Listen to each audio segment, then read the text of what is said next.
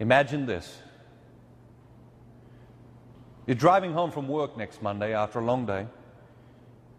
You tune in your radio, and you hear a little blurb about a village in India where 4 people have suddenly died from a flu that's never been seen before. You don't think too much about it, but coming home from church the following Sunday, you hear another spot on the radio, only now they say it's not 4 people dead, but 30,000 people dead in the Black Hills of India.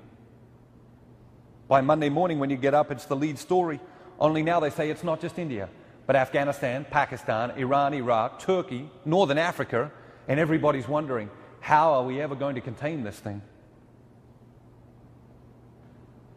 The president has made some comment that he and his family are praying and hoping that all will go well over there.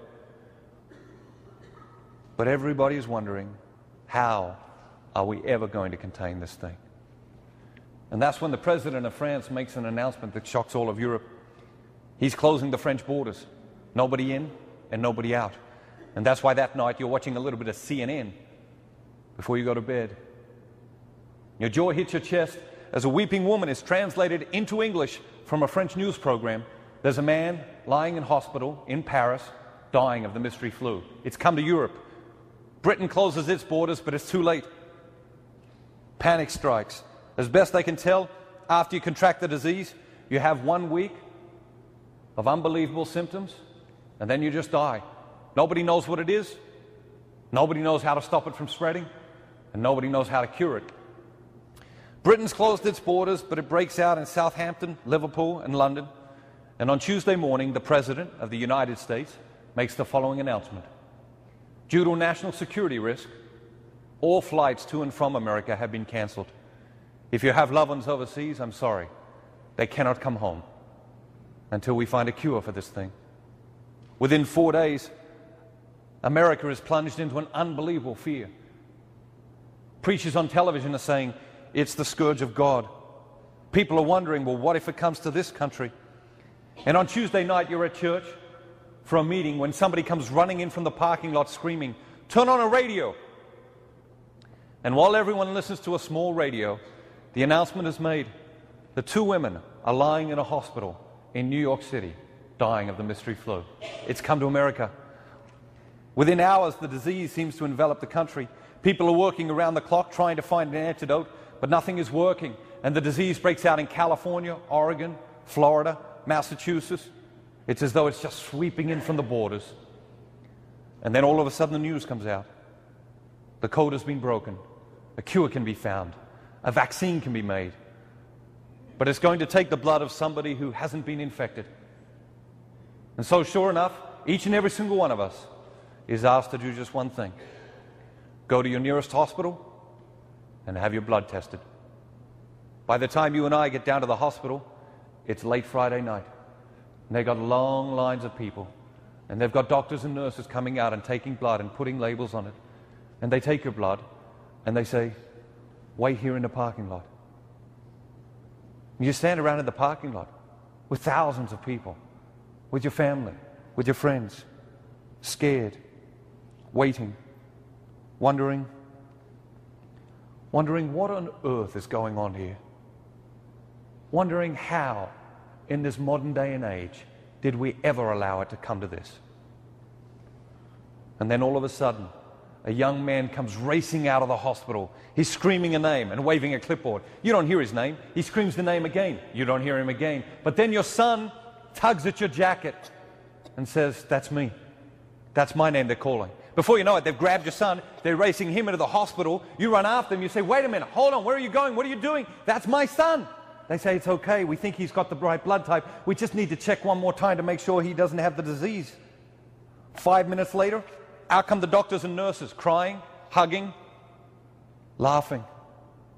It's the first time you've seen anybody laugh in almost a week. And an old doctor walks over to you and your spouse and he says, thank you. Your son's blood, it's perfect. We can use it to make a vaccine and put an end to this thing once and for all. As that news begins to spread across the parking lot, people begin to scream and pray and laugh and cry. But then the old gray-haired doctor pulls you and your spouse aside for another minute. He says to you, "We didn't realize that the donor would be a child. We didn't realize the donor would be a child. We're going to need you to sign a consent form." Well, that seems simple enough. So you take the pen, you begin to sign the form. But as you do, you realize that the box for the number of pints of blood to be taken is empty. So you stop signing and you look up at the old doctor and you say, "How many pints?" And that is when the old doctor's smile fades. He looks away from you. He says, "We didn't realize it would be a child. We weren't ready for that." You say to him again, "How many pints?" The old doctor says, "We're going to need it all." What do you mean you're going to need it all? You said, "He's my only son." Doctor grabs you by the shoulders and he shakes you and he looks you in the eye and he says, "We are talking about the whole world here. Do you understand that? The whole world." You say to him, "But, can't you give him a transfusion?" Doctor says, "If we had clean blood, we would, but we don't. Please, will you sign the form? We need to hurry." What would you do? What would you do? Will you sign the form because you realize it's the only thing to do? And then the old doctor says to you, "Would you like to have a moment with your son before we get started? Could you walk back into that hospital room where your son sits there saying, 'Mommy, Daddy, what's going on?' Could you tell your son you love him? And then when the doctors and nurses come back and say, 'I'm sorry, you'll have to leave now. We've got to get started. People all over the world are dying.' Could you leave? Just turn around and walk out while your son sits there saying, 'Mommy, Daddy, what's going on? Where are you going? Why are you leaving? Why have you abandoned me?' And then next week, next Sunday, when they hold a ceremony to honor your son and his phenomenal contributions, some people don't bother to come because they got better things to do. A whole bunch of people come with a pretentious smile. They pretend to care, but they're really more interested in the whole social aspect of it all. And another bunch of people sit around and say, 'This is pretty boring.' What would you want to say to them? Wouldn't you want to stand up and say, 'Excuse me, I don't know if you're aware of it or not, but the incredible life you have, my son, he died so you could have that life.